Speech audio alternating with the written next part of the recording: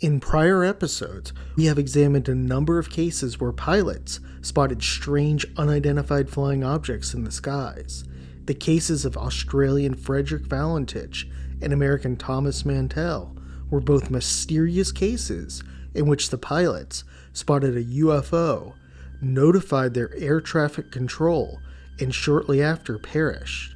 While both these cases are pretty well known, in Puerto Rico in 1980, an eerily similar event occurred in which a small plane spotted an unknown object and ultimately disappeared without a trace. Surprisingly, this event is little known outside UFO circles, despite the fact the pilot clearly communicated he had spotted a UFO. In this episode, we will examine the mysterious case of what happened to Puerto Rico Flight N3808H and pilot Jose Santos and his friend Jose Torres.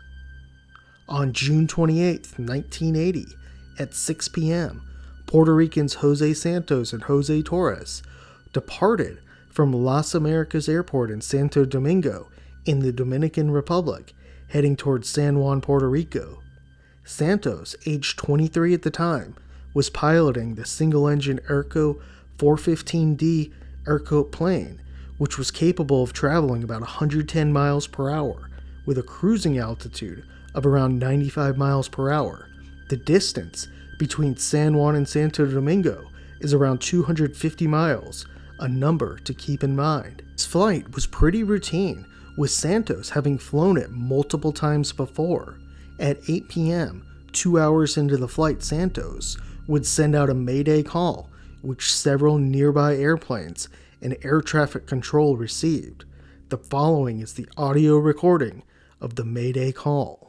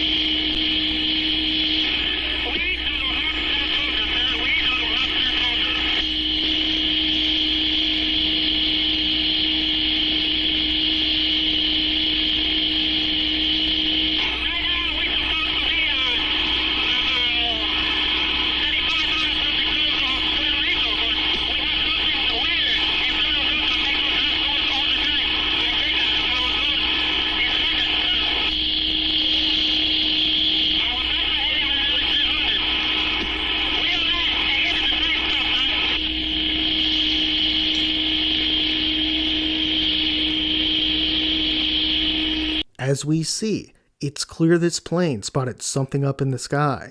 According to the transmission, Santos was forced to change positions multiple times, and the event not only seemed to rattle and frighten him, but also disorient him.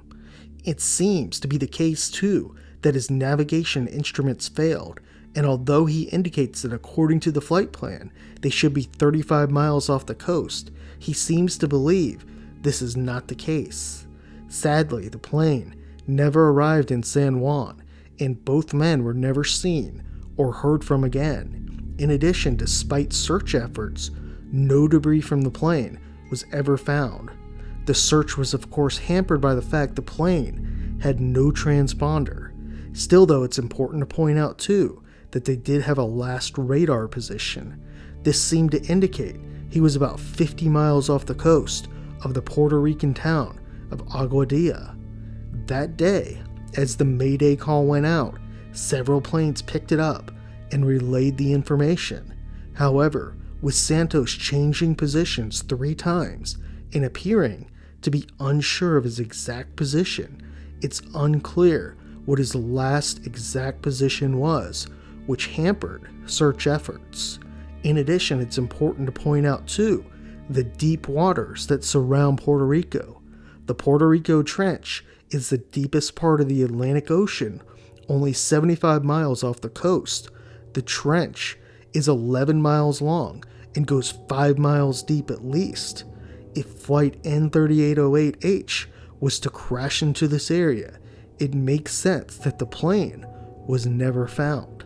Still, it definitely seems this case is more complicated than this, and an extraterrestrial element is involved, although the extent is not clear.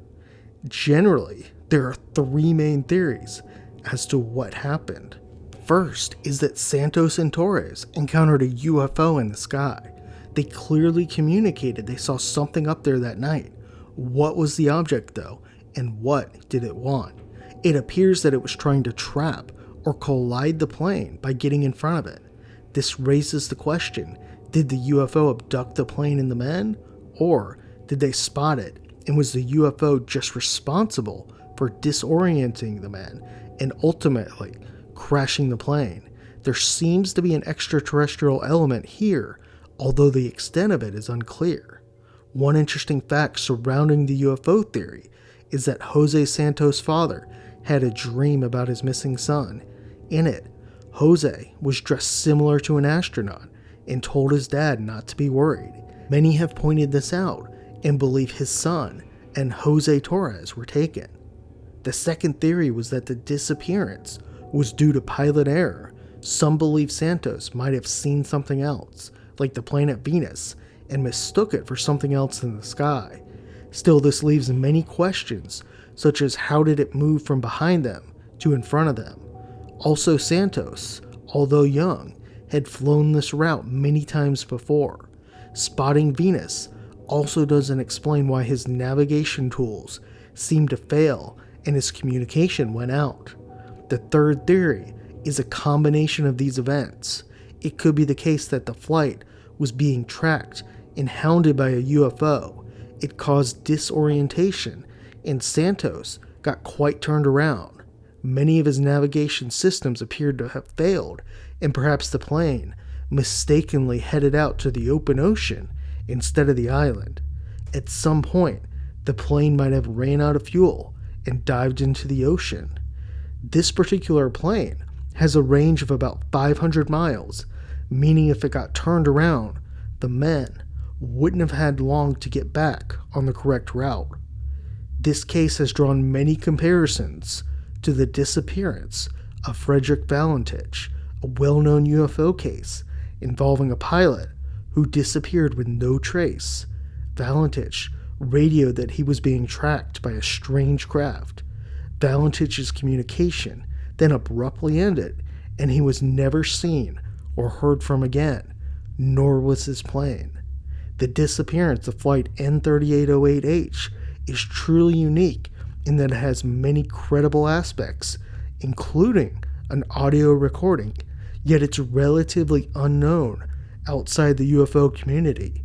Hopefully one day we will discover what really happened, but more likely than not, we will never know.